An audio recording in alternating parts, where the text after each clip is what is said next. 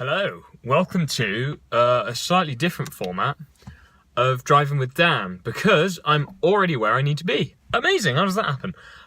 So I had to drive across town and whatever, and I had to get here a different way. So I didn't film that bit, but now I'm filming now, because I've arrived early. And on our list today, on episode 5 of Driving with Dan, we have the new Aston Martin Vantage, which is very nice. We also... Oh, a Maserati Ghibli just went by, very nice. Yeah, so the new Aston Martin Vantage. We've also got Grand Tour, the driver, the driver hunt, whatever they're doing at the moment. Very cool. Ken Block with the RS200, I like. And Doug DeMuro, there was a latest video, he was talking about the 250, the Ford pickup truck, the 250 Super Duty Platinum.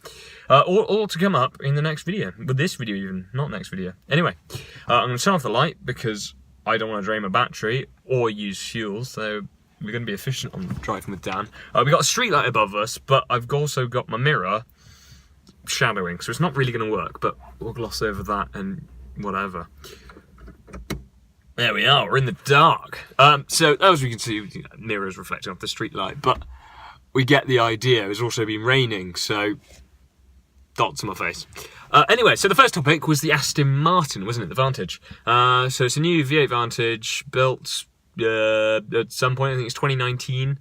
But the thing with that is it's got a lot of rivals. So 2019, you've also got the TVR. So both of them going to be V8.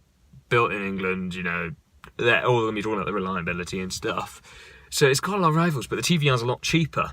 You're talking, I think the TVR price is around £100,000 compared to the Vantage, which is £150,000. But you're paying for the name Aston Martin as well. So that's going to be quite interesting to see what they do with that. But you've also got the rivals of Porsche, other things. And what is quite good about the Vantage is its partnership with Mercedes this time. So you've got the V8 from the Mercedes AMG GTS, which is also another rival of the car. And you've also got the interior, very much Mercedes, which I'm not so keen on. Not so keen on the interior, there's too much going on. A lot of buttons and the centre vents in the centre. See if I can put in a picture now.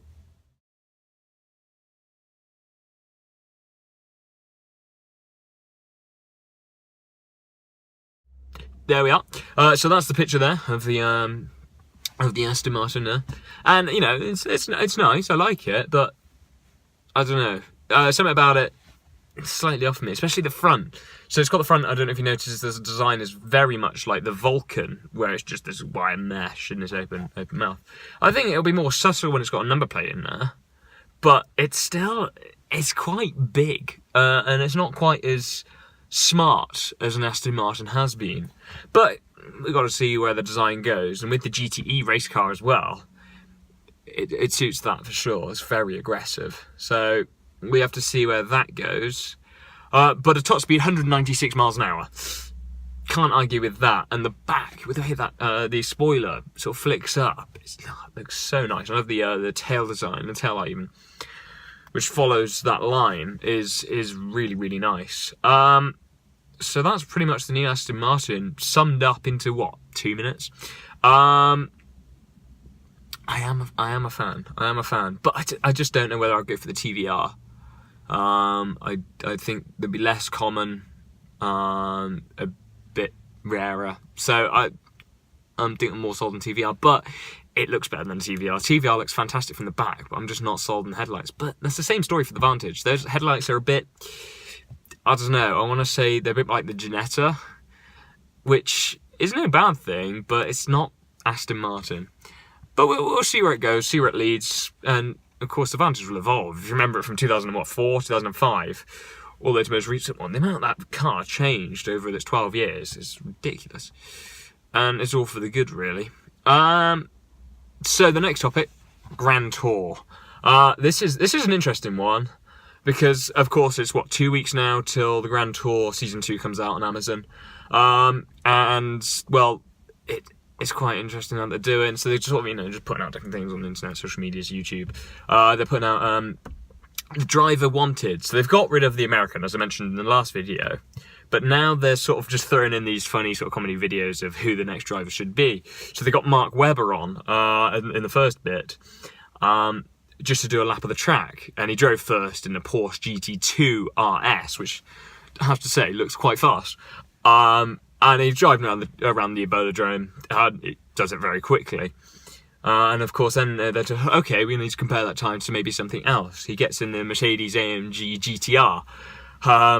And Jeremy's going, oh yeah, very quick car, it's going to be very close. But because Mark Webber drives for Porsche, he was like driving really slowly in the Mercedes, of course, trying to sell the Porsche over the Mercedes. But it was done for comedy's sake as well. And it was quite funny, so they said they'll get in touch later. So go and check that video out on the Grand Tours YouTube. And that's very funny. And then the second video, which they've just released today, in fact, was a stunt driver. So they said, oh yeah, it'd be great to get a stunt driver because they've got no fear, they're very precise, they know exactly what they're doing. Apart from the fact that they see a transporter truck and he decides that that's a good idea to jump into the production office, which is just a cabin. So that's quite funny, just seeing this jump. Yeah, so Grand Tour I'm very excited for. So season 2, yeah, starting 8th of December. Very, very, very looking forward. That doesn't make sense. I am very much looking forward to that. There we are. And yeah, that should be a good show. The one thing though is the Jags. I don't know if you saw there's 3 Jags in California, maybe in some snowy mountains. I'm skeptical of how that one's going to go, because I feel like that's just going to be one of their videos where they're just destroying everything for the fun of it, and I'm kind of sick of those now. I mean, like, they have done it for 12, no, more than that. It's probably, 15 years of Top Gear and Grand Tour. They've just destroyed stuff to the point of it. I think they do need to try and mix it up again, and if they do make it quite serious but fun at the same time, then that's cool. Ken Block. So I'm, as you've probably seen from the previous videos, quite a big fan of the Hoonigans and what they're doing, and especially the Hoonigan Racing Division. So Ken Block has now got his new project, again, yes, another one, which is the Ford RS200, which is the Group B 1980s race car used in rally. Well, yeah, Group B. And Ken says this is one of his most favourite cars. I don't know whether he's just saying that because he's in partnership with Ford or whether that is true, but I believe it's true. And he's now bought this car, of course, wrapped it in grey and painted some bits black to match the rest of the cars. But it looks good. It does look good. There's no real footage of it driving yet. There's a little bit on Ford Performance's YouTube. But it looks a lot of fun. It looks tricky, it looks a handful. It's definitely a small car, but it looks fun. So it's got a huge turbo, of course, from 1980s. And you can just see it's building up power, going slowly. And then it kicks, and that gives you the full 800 brake horsepower that is in the RS200 Evo, because it's called the Evo. So that's very interesting. I like that. I'm looking forward to seeing more of that, because I don't know whether it'll be using a Gymkhana, because it's not really a Gymkhana car. But whether it be more a hill climb, something along those lines, maybe used in rally, but the values of those things are so high, the chance of them just throwing it around on some gravel is quite slim. But I definitely don't think it'd be Gymkhana, because, again, so expensive. But I'd like to be proven wrong. Seeing that thing sliding would be quite cool. So, yeah, excited to see more. Excited to see what he does with that. And it's amazing what he's doing. He seems to be collecting all of the classic rally cars from the Ford's history. So he's got the Escort, the original Escort Mark II, which is the rear-wheel drive one. I really, really like that. Seeing that in person was amazing. And then he's got the Escort RS Cosworth, which... I think it's just so nice. It's got the massive turbo on it. Then he's now got the RS200. Then he's got all of his newer cars, the Focus RS RX, the Fiesta rally car. So he's got all of those cars. It's going to be very interesting to see what he can do with all of them. Maybe a history of Ford sliding around in some dirt as well, talking about all of them, which would be really interesting. A bit more of like a documentary style. I don't know whether he'll do it. Probably not. It's not really Ken Block's style to do a documentary. But I quite like to see that, really, talking through it. And the last topic of today, which is Doug DeMuro. So I just watched his video. Of course, this is Wednesday the 22nd today. So I'm just talking about stuff that I've seen today. and he just uploaded a video of the Ford Super Duty 250 Platinum Edition. So this is meant to be the luxury pickup truck from Ford. And I was just looking at that and going, that is amazing. So of course, living in the UK, you don't see anything the size of that, you know. And it is massive. He says that the wheelbase, you can fit a Ford Focus inside the wheelbase. And it's got the overhang of the bed, and it's massive. It weighs a lot. I don't know the figure, but a lot. It's very tall. I like the specific details on this. But it's a massive truck, and it's got so many luxury features on it that I just never knew existed. So it has sort of like a keypad on the door. And I'm like, oh, that's kind of cool. So what it is if you want to be doing some activity where you don't want to be carrying around these bulky keys, hide the keys inside of the car, then close the door, lock it, whilst the keys are inside of the car. You're thinking, oh no, that's a disaster. But then you've got this keypad on the side of the door, and you type in the code that's specific to the vehicle, and that then opens the doors, locks the doors, so you don't actually have to hold on to the key to actually get in and out. I don't know why that's never really been done before. I guess it's quite ugly having this keypad on the side of the door, but it's interesting. I'd quite like to see that being featured in more cars, really. I don't know why it hasn't. Because, what was it? The F-Pace and, well, Jaguars overall. They tried to do that with their wristband, didn't they? The little rubber wristband that you put around there. And if you hold that against the car, it unlocks the doors, and that's waterproof. So that's another way around the problem. But, yeah. I'd like to see more of that, sorry. Someone just tried to get past me and you've seen the light.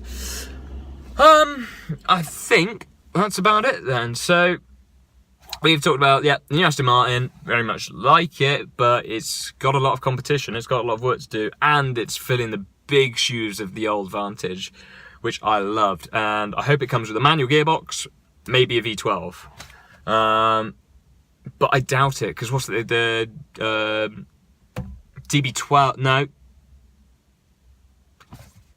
The DB11 even. The DB11 has got the V12, but then they've also released the V8 in that. So I don't know whether they'll be releasing the V12 in the Vantage, but I sure do hope so, because a V12 with a manual, maybe the dogleg was at the 7-speed, would be very nice. Sorry, I've just gone back to the Aston Martin again. It's quite an interesting topic. Yeah, so Grand Tour, yeah, we talked about that. Ken Block, yep. And Doug DeMuro. I think that's it then. Tell me what you think about this. So actually parking the car, I can actually focus on what I'm saying and get the words out from my brain and not have to be focused about what else is going on. Because then I'm not saying, for so long. And this has actually been the longest video I've done so far. So tell me what you think about that. If you want me to go longer, if you want it to go shorter. I would say 10 minutes is where I want to aim for. But if I go over, that's no problem really, is it? Let's be honest. And of course, tell me what you think I need to improve. Lighting, editing software. Of course, trying to edit in that picture of the Aston Martin. If I don't, and I just go for ages. Doesn't matter. Yeah, I think that's about it. I'm sort of starting to rumble on a bit. See you in the next video, which will be the 29th, Wednesday 29th. Will be when I'm filming that. See what I've got to talk about in that. See if anything interesting happens. And thank you for listening / watching. I still don't know what to call this. A show / podcast seems to sort of fit the bill quite. I can't talk today.